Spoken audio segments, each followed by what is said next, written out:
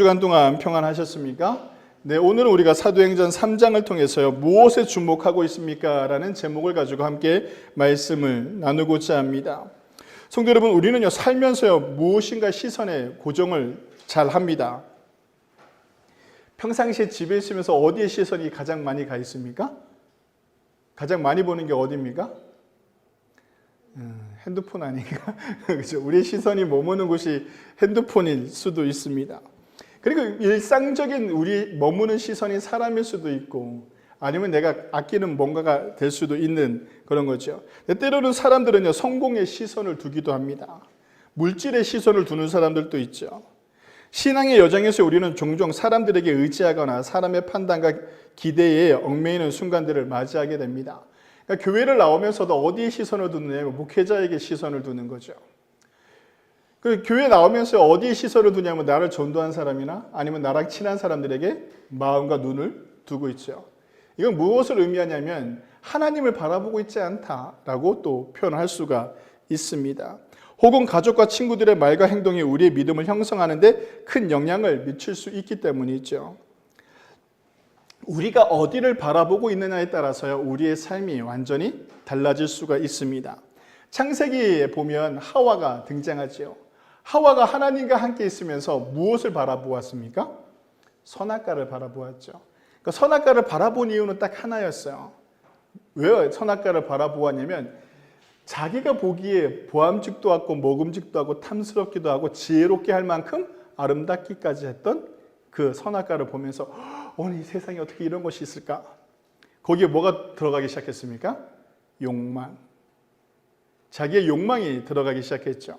그러면서 하와가 바라봤던 그것을 누가 와서 유혹을 하냐면 뱀이 와서 한마디 거들죠. 정말 죽을까 하노라 라는 그 한마디에 하와가 어떻게 합니까? 자기가 원하는 선악과를 쟁취하게 됩니다. 그러면서 어떻게 하냐면 하나님과 멀어지게 되죠. 우리가 신앙생활을 하면서 무엇을 바라보고 무엇을 주목하고 있습니까에 따라서요, 나는 신앙생활을 하고 있지만 하나님과 멀어지는 삶을 살아가고 있을 수도 있다는 겁니다. 오늘 본문 사도행전 3장 11절에서부터 20절에서는요, 놀라운 사건이 벌어지고 난 이후에 나타나는 장면이라고 할 수 있습니다. 어떤 놀라운 일이 벌어졌냐면 성전 미문에 안진병이라고, 그러니까 하반신 마비의 장애를 안고 있는 사람이 평생 어렸을 때서부터 태어날 때서부터 하반신 마비로 살았던 이 사람이 거기서 구걸을 하고 있었습니다.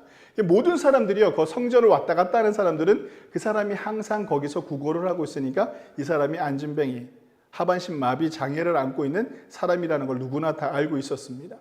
근데 베드로와 요한이 예수님이 승천하시고 난 이후에 어떻게 합니까? 가다가 그 사람을 보지요. 보고 난 다음에 뭐라고 얘기하냐면 우리가 본 오늘 요한복음 3장에 등장, 은과 금은 내게 없거냐 내게 있는 것을 너희에게 주노니 나사렛 예수 그리스도 이름으로 일어나 걸어라 하고 그의 손을 잡아서 일으킵니다. 일으키니까 이 사람이 뛰고 난리가 난 거죠. 평생을 걷지 못했던 사람인데 걷기 시작하니까요. 그리고 난 이후에 오늘 우리가 본 본문이 등장하는 겁니다. 나은 사람이 베드로와 요한을 붙잡으니 모든 백성이 크게 놀라며 달려나와 솔로몬의 행각이라고 불리우는 행각의 모이거늘이라고 하면서 시작을 하게 됩니다. 그러니까 베드로와 요한이 그 하반신 마비의 장애를 안고 있는 사람을 일으켜 세웠으니까 사람들이 와 하고 몰려서 누구를 바라보고 있습니까? 베드로를 보잖아요. 베드로를 보기 시작합니다. 그랬더니 베드로가 뭐라고 얘기하냐면 군중들이 와가지고 베드로를 보면서 야 대단하다 베드로한테 우와 하고 칭찬을 하고 막 영광을 돌리고 막 이러고 있는 상황 속에서 사도행전 3장 12절에 베드로가 이렇게 얘기합니다. 어찌하여 우리를 주목하느냐라고 얘기하는 거죠. 이건 단순한 꾸짖음인 말이 아니라 우리의 신앙이 어디를 향하고 있는지 묻는 강력한 물음이기도 합니다. 오늘 우리는 베드로의 이 외침을 통해 기적보다 더 중요한 신앙의 본질을 깨닫고 돌아가는 저와 여러분들이 되시길 바랍니다. 우리는 무엇에 주목하고 있습니까? 어찌하여 우리를 주목하느냐라고 했던 베드로가 왜 어디를 주목하느냐라는 이 헬라어 단어가요, 아테니조라고 이렇게 읽습니다. 이것은 어떤 의미를 가지고 있냐? 모든 감정과 모든 것을 가지고 바라보는 상태를 의미합니다. 우리의 시선이 예수님과 고정될 때에 어떤 변화가 일어나는지 함께 묵상하고 또 우리는 어디에 주목하고 있는지 한번 돌아보는 그런 귀한 시간이 되기를 바랍니다. 성도 여러분, 이 사람들이 베드로를 주목한 이유가 무엇입니까? 사람들의 시선이 막 엄청나게 몰려서 사람들이 막 자기를 쳐다보잖아요. 자기를 막 쳐다보는데 막 자기를 주목하고 있었단 말이죠. 왜 베드로를 주목하고 있었습니까? 딱 하나예요. 뭘 행했기 때문에? 기적. 성경에서의 기적은 자주 등장합니다. 예수님 당시 때도 불구하고 예수님 사후에 부활하시고 난 이후에도 제자들이 가는 곳곳마다 기적들이 일어나게 됩니다. 성경에서 기적은 자주 등장하나 그러나 기적이요 성경의 중심이 아니라는 것입니다. 기적은요 메시지를 위한 표지판이에요. 목적지를 위한 표지판이지 목적지가 아니란 말이에요. 근데 어떤 사람이 내비게이션을 따라가다가 이렇게 쭉 길을 가다가 표지판을 보고 가다가 5km 앞에 내가 만약 민둥산역을 가야 되는데 5km 앞에 민둥산역이라는 표지판을 보고 여기가 민둥산이라고 써져 있으니까 여기가 민둥산역인구나 하고 표지판 앞에 쓰면 목적지에 도달한 겁니까? 안 한 겁니까? 하지 않는 거죠. 기적은 그것과 같은 거예요. 기적을 경험하고 기적만 바라보고 있는 것은 무엇이냐면 목적지에 가지 않고 거기에 머물러 있는 상태라고 할 수가 있습니다. 베드로는요 기적보다 그 기적의 근원이신 예수 그리스도를 바라보라라고 이야기하고 있는 장면이 오늘 우리가 본 본문이라고 할 수 있습니다. 이 사람을 낫게 하신 이는 너희가 십자가에 못 박은 누구다? 예수라고 이야기합니다. 13절에서부터 16절에요. 베드로는 확실하게 얘기합니다. 기적은 예수님을 소개하는 입구라고. 기적은 자기의 능력인 양 다니는 사람들이 있습니다. 그러니까 기적이요 자기에게만 나타난 특별한 능력이라고 이야기하는 사람들이 있습니다. 예수를 말하지만요 자기의 영광을 누리고 화려한 삶을 사람들이 등장하는 시대가 지금의 시대이고 현 시대를 살아가는 근대 시대라고도 할 수가 있습니다. 성도 여러분, 기적은요 어떤 특별한 사람에게 나타나는 것이 아닙니다. 베드로가요 이렇게 고백을 합니다. 나의 개인의 경건함과 나의 개인의 특별한 것 때문에 이런 놀라운 일이 일어나는 것이 아니다라고 분명히 말씀하고 있죠. 베드로는 기적을 부인하진 않습니다. 안진병이가 일어난 것은 분명히 하나님의 능력이었습니다. 하지만 그는요 기적이 신앙의 전부가 아님을 강조하고 있는 것이죠. 그는 군중에게 회개하라고 촉구하며 예수님의 이름으로 제사함과 생명을 얻으라고 외치는 장면이 우리가 읽은 사도행전 3장 19절에 등장합니다. 기적은요 사람들의 관심을 끌고 하나님의 영광을 드러내는 도구입니다. 신앙의 목적은요 예수님에 관한 관계가 회복되어지는 것이지 기적이 일어나는 것이 신앙의 목적이 되어서는 안 되지요. 우리가 영화나 드라마 이렇게 보면 사이비 종교가 등장하면 어떻습니까? 사람들이 뭐에 집중하고 있습니까? 그 사람이 전하는 말에 집중하지 않아요. 사이비들은 다 뭐에 집중하게 합니까? 자기의 능력. 자기의 능력에 집중하게끔 한단 말이죠. 성도 여러분, 기적은요 사람들의 관심을 끌고 하나님의 영광을 드러내는 도구일 뿐이지 신앙의 목적이 아니다라는 것입니다. 그러면서 베드로가 무엇을 이야기하냐면 회개하라라고 이렇게 이야기합니다. 여기서 회개라는 단어는요 단순히 잘못을 뉘우치는 것을 넘어 마음과 생각을 완전히 전환하라는 것입니다. 이전에 살던 사람들을 삶을 완전히 바꾸라는 것이죠. 오늘 베드로가 사람들에게 이렇게 얘기한 거예요. 13절에 보면 13절에서 16절에 시작하면서 이 사람을 낫게 한 이가 누구냐라고 하면 너희가 십자가에 못 박은 예수라라고 어떻게 합니까? 확실하게 질타한단 말이죠.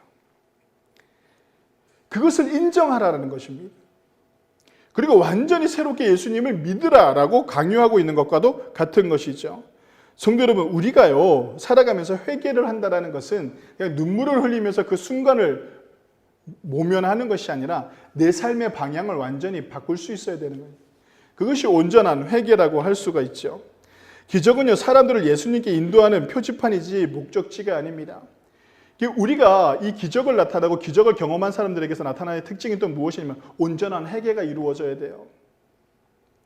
온전한 회개가 이루어지는 그 자리에 능력도 나타나고 치유도 나타나는 것입니다.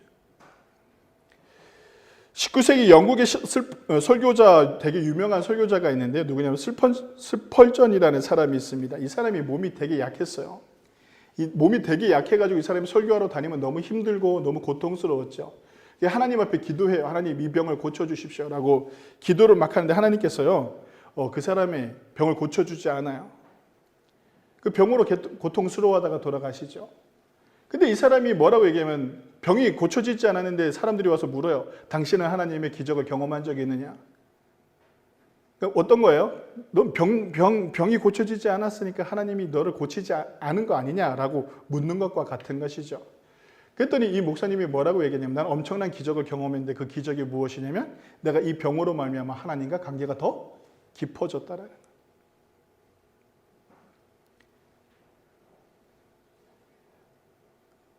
나는 치유보다 더 큰 기적을 경험했다라고 이렇게 고백하는 겁니다. 예수님과의 관계가 더 소중함을 아는 것. 그것이 신앙의 목적입니다. 우리도 마찬가지입니다. 기적은요, 잠시 우리를 놀라게 할 수는 있지만 예수님과의 관계는 영원히 우리를 붙드는 관계가 되어야 되는 것이죠. 기적을 체험하지 않아도 우리의 신앙 공동체 안에서 그런 사람들을 많이 볼 수가 있습니다.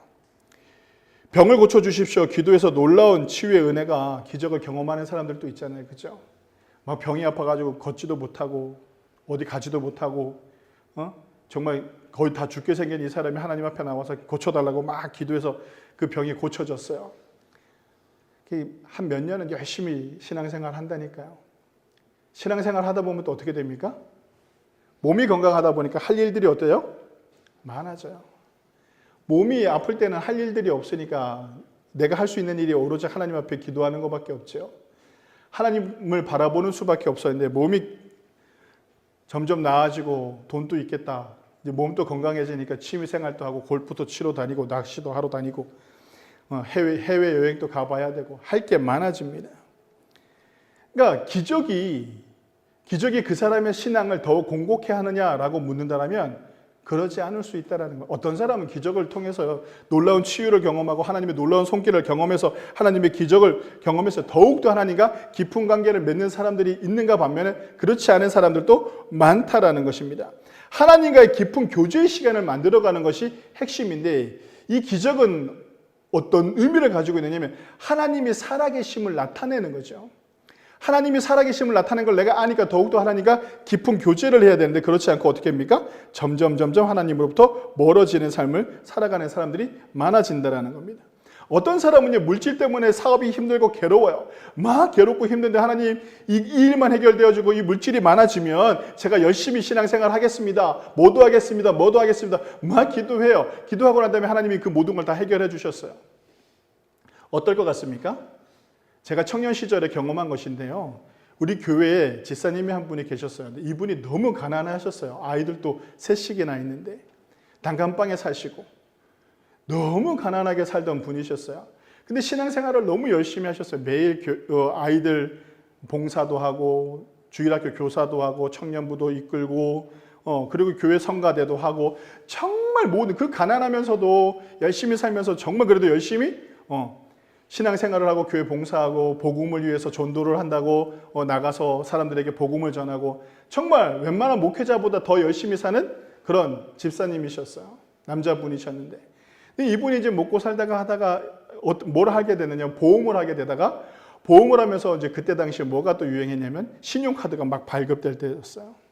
삼성카드, 삼성화재 보험을 하다가 삼성카드를 막 발급. 저는 그때 직장 생활하다 보니까 또 도움을 주겠다고 그 사람이 너무 열심히 신앙생활을 했으니까 타지에 나가 있는데도 불구하고 그분에게 도움을 드리겠다고 저도 와서 그분의 삼성카드를 또 이렇게 제일 좋은 걸로 이렇게 발급을 받아서 직장 생활할 때니까 도움을 주고 했단 말이죠. 그러니까 사람들이 기독교인들이 다 어떻게 했습니까? 그 교회 사람들이 그렇게 열심히 사는 사람이 열심히 일을 하고 있으니까 그런 일을 한다면 내가 도와줘야지 하면서 다 그분에게 신용카드를 하나씩 다 만들었어요. 보험도 많이 들어주고요. 그러다 보니까 어떻게 된 줄 아십니까? 그 지역에서요 1등을 했어요. 1등을. 돈도 많이 벌고 좋은 집으로 이사도 하고 제가 그리고 이제 신학교로 가가지고 다시 한번 찾아뵀는데 좋은 집으로 아주 이사도 하고 좋은 차도 끌고 옛날과는 삶은 완전히 달라졌어요. 그럼 그 사람이 신앙생활 열심히 해야 되겠죠. 그죠? 이건 제가 본 거야. 제가 본 거. 제가 그 교회 가서 이제 아들내미가 그때 당시 5학년이었나? 3학년이었나? 2학년인데 근데 일기장을 써가지고 저한테 보여줬어요. 그러나 나한테 왜 보여줬는지 정말 기가 막히죠? 보여줬는데 뭐라고 써졌는지 아세요? 우리 아빠가 담배를 끊었으면 좋겠다. 우리 아빠가 집에 일찍 왔으면 좋겠다. 우리 아빠가 예전처럼 술을 안 마셨으면 좋겠다. 그런 글들이 써져 있는 거예요. 그래서 내가 아들이 이렇게 얘기하면 지사님 어떻게 생각하는 거예요? 그랬더니 아이 말도 마. 이거 유지하려면 내가 얼마나 고생해야 되는 줄 알아? 사람 만나야지, 영업해야지, 할 게 많다는 거야. 이거 내가 지어낸 얘기 아니에요? 그래서 또 자기 자랑하는 거야. 삼성에서 자기 헬기 태우러 와가지고 자기 헬기 타고 삼성 본사까지 갔다 왔다고 막 하면서 소장이 됐다고 하면서 자랑을 하는 거죠. 자기 성공을 자랑하기 시작해요. 하나님이 주신 그 놀라운 기적, 하나님이 주신 놀라운 은혜, 그 사람을 부하게 하고 그 사람의 삶을 풍족하게 했을 때 그 사람이 어떻게 됐다고요? 하나님으로부터 멀어졌다고요. 준비되지 않은 곳에 하나님이 은혜는, 준비되지 않은 곳에 하나님이 주시는 은혜는요, 나에게 독이 될 수 있어요.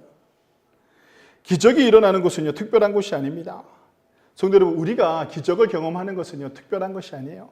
지금 이 순간에도 우리는 기적을 경험할 수 있습니다. 기적이 일어나는 것은요, 믿음이 확신이 있고 복음을 위해 살겠노라 다짐하는 그 자리에요, 기적이 나타나게 되고 성령의 능력이 나타나게 되어 있습니다. 예수님께서 살아계실 때 제자들을요, 둘씩 짝을 지어 복음을 전하게 하신 일이 있습니다. 그게 마가복음 6장과 마태복음 17장인데요. 제자들이 나가서 회개하라 전파하고 많은 귀신을 내쫓으며 많은 병자에게 기름을 발라 고치더라라고 이렇게 얘기하죠. 제자들이 이렇게 복음의 능력을 경험했다라는 것이죠. 우리가 내 삶에 기적이 나타나기를 원하나요? 내 삶에 놀라운 하나님의 은혜가 있기를 원하나요? 그러면 내가 다짐하면 돼요. 뭘 다짐하면 되냐면 딱 하나요. 내가 복음을 위해 살겠습니다라는 거예요. 이 복음을 위해 사는 것이 무엇입니까? 라고 한다면 딱 하나죠. 믿지 않는 한 영혼을 구원하겠노라고 다짐하는 그 순간, 그 사람을 향해 나갈 때요, 그곳에요, 치유의 역사가 나타나요. 그 복음을 전해야 될 그 사람이요, 병에 걸렸나요? 그 사람을 위해서 기도해 보세요. 하나님께서 그 한 영혼을 구원하기 위해서 치유의 역사가 나타나게 하십니다. 내가 병들었나요? 내가 복음을 위해 나가겠습니다라고 할 때 하나님께서 어떻게 해요? 나에게 권능을 허락하시는 거예요. 그 권능이 무엇이냐? 나를 치유케 하셔서 세상 사람들로 하여금 내가 하나님의 은혜로 치유되어진 것을 세상 사람들에게 보여지게끔 하는 것이죠. 무엇을 위해 살겠노라 다짐할 때? 복음을 위해 살겠노라 다짐할 때. 제자들이 이렇게 놀라운 것을 경험하고 난 이후에도 어땠느냐면 마태복음 17장에서 9장에 보면 귀신 들린 아이 아버지가 찾아옵니다. 찾아와서 제자들에게요, 고쳐달라고 하는데 제자들이요, 그 고쳐주지 못해요. 그래서 이 아버지가 예수님께 얘기해요. 당신의 제자들에게 이 아이를 고쳐달라고 하니까 이 제자들이 아무것도 하지 못하더이다 라고 한단 말이에요. 이 사람들이 경험했습니까? 경험하지 못했습니까? 귀신을 내쫓는 것을? 경험했다니까요. 경험을 했는데도 불구하고 또다시 귀신 들린 사람이 왔을 때 이 귀신 들린 아이를 데리고 온 아버지가 고쳐달라고 할 때 이 아이를 고치지 못하는 거예요. 뭐의 차이점이 있었을까요? 목적이 없었다라는 거예요. 제자들이. 어떠한 목적? 복음을 위한 목적. 성도 여러분, 성령의 능력은요, 특별한 사람들에게서 나타나는 것이 아닙니다. 오늘 베드로는 자신들이 안진병이를 고치고 사람들이 자신들에게 시선이 집중될 때 이렇게 얘기합니다. 이스라엘 사람들아, 이 일을 왜 놀랍게 여기느냐? 우리 개인의 권능과 경건으로 이 사람을 걷게 한 것이 아니다라고 얘기하는 거죠. 뭐라고요? 개인의 권능과 경건으로 일어나는 일이 아니에요. 성도 여러분, 우리 목사님 되게 경건해. 저 사람 되게 경건해. 저 사람이 뭐 이런 사람이야 라고 해서 그곳에 특별하게 하나님의 능력이 나타나지 않는다라는 거예요. 권능이 특별히 있지 않다라는 것이 개인의 능력 때문에 하나님의 성령의 능력이 나타나지 않는다라는 겁니다. 성도 여러분, 기적은요, 개인의 특별한 능력이 아닙니다. 특별한 것이 아니라 그냥 누구에게나 주어지는 놀라운 힘이라는 것이죠. 성령의 능력은요, 어떤 한 사람에게 독점되어지는 것이 아닙니다. 성도 여러분, 이걸 필히 기억하셔야 돼요. 그래야지 우리가 사입이랑 이단을 구별할 수가 있는 거예요. 교회 공동체 안에서 복음을 위해 살아가는 성도가 있다면요, 그 사람의 삶에 성령의 능력이 나타나게 되어 있습니다. 대형교회 목사 한 사람에게 특별히 주어지는 능력이 아니에요. 우리가 여기 교회 공동체 안에서 여러분의 삶의 자리에서 내가 복음을 위해 살겠습니다 라고 다짐하는 그곳에 뭐가 나타난다고요? 성령의 능력이, 성령의 은사가 가득하게 되어지는 것이죠. 여러분들이 꼭 명심하고 주의해야 될 사람이 있는데 그게 누구냐면 어떤 사람, 목사님이나 어떤 사람들이 40일 동안 금식 기도를 한다고 해가지고 40일 동안 금식 기도를 하고 나온 다음에 이렇게 얘기하는 사람들이 있어요. 내가 지금 40일 동안 금식 기도를 했으니까 성령이 충만하다.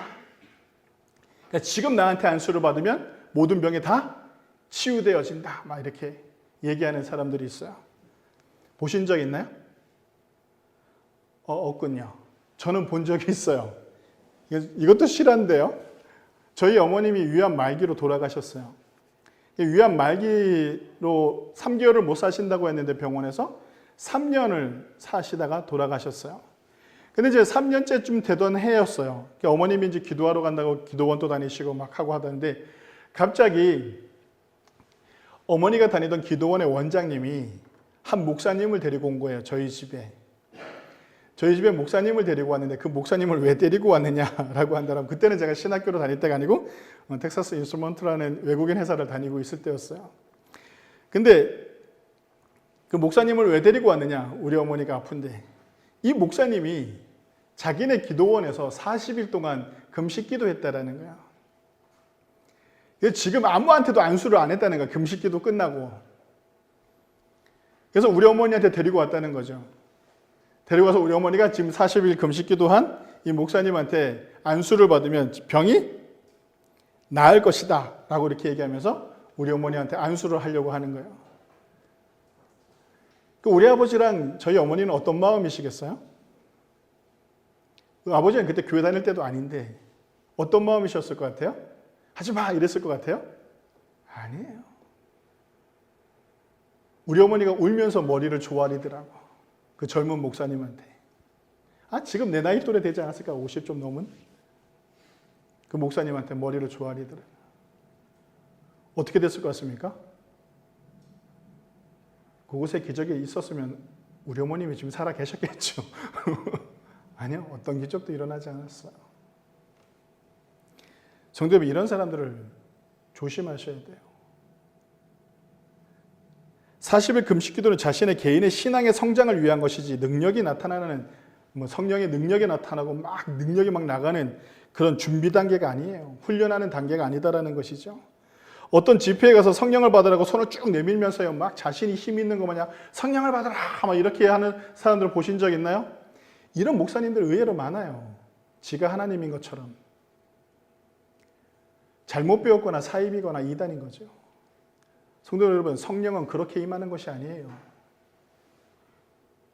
성령은 어디에 임하느냐라고 한다면 우리가 회개하고 세례를 받을 때 성령이 우리 안에 어떻게 되어졌다? 내재되어져 있는 거예요.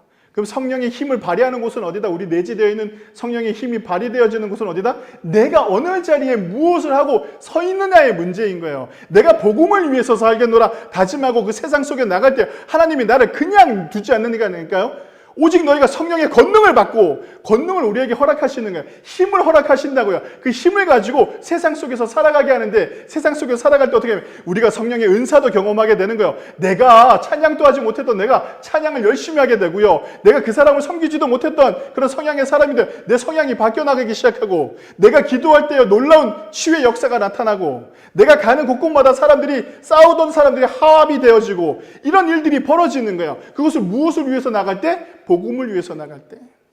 다른 거 없어요. 여러분, 하나님의 우리 교회 공동체가 잘 되기 위해서 성령의 은사를 허락하지 않아요. 착각하시면 안 돼요. 교회가 좋은 건물을 짓기 위해서요. 하나님의 우리에게 성령의 은사를 허락하지 않아요. 하나님께서 성령의 은사를 허락하는 자리는 딱 하나예요. 어디냐? 한 군데. 복음을 위해 살아가는 사람이 있는 그 자리. 그 자리가요 바로 성령의 은사가 있는 자리입니다. 성도 여러분, 우리가 무엇에 주목하고 있느냐라는 겁니다. 나는 복음을 바라보고 있느냐 아니면 기적만 바라보고 있느냐. 오늘 이 시간 또 예배당에 나와서 우리가 기도하고 예배하는 이 목적이 내가 잘 되기 위한 목적이었는가? 아니면 하나님의 나라를 위한 것인가? 한번 나는 어디에 주목하고 있는가 돌아보는 그런 우리 성도님들의 삶들이 되시기를 바랍니다. 기적이 나타나는 자리는요, 복음을 위해 살겠노라 다짐하는 신앙의 자리입니다. 복음을 나타나기 위한 도구가 무엇이다? 기적이라는 것입니다. 그 도구는요, 누구에게 특별하게 주어진 것이 아니라 우리 모두에게 주어져 있다라는 겁니다. 그 도구가 쓰여질 만한 자리에 가 있으라는 것입니다. 톱을 가지고 물가에 가 있으면 무슨 의미가 있겠습니까? 그잖아요. 톱을 가지면 어디 가 있어야 돼요? 숲에 가 있어야 되잖아요. 우리가 이 성령의 도구를, 기적의 도구를 받은 우리가 어디에 삶에 위치하고 나는 어떻게 살아가고 있느냐의 문제고, 나는 무엇을 바라보고 있느냐의 문제라는 것을 꼭 기억하시고, 우리가 신앙생활을 하면서 어디를 보고 있는지 다시 한번 우리를 돌아보는 귀한 시간이 되시기를 바랍니다. 나는 아직도 나의 삶의 문제에 집착하고 있지 않는지, 그거 아무것도 아니다라는 것. 하나님께서 우리가 복음을 위해 나가는 그 자리에 모든 것을 허락하시고, 모든 것이 우리에게 필요한 것이 더 필요하다는 것을 아시고 채워주시는 그 놀라운 은혜를 경험하는 저와 여러분들이 되셔서 내가 지금 무엇에 주목하고 있었는지 다시 한번 우리의 신앙을 돌아보는 귀한 성도님들의 삶들이 되시길 주님의 이름으로 간절히 축원합니다. 기도하시겠습니다.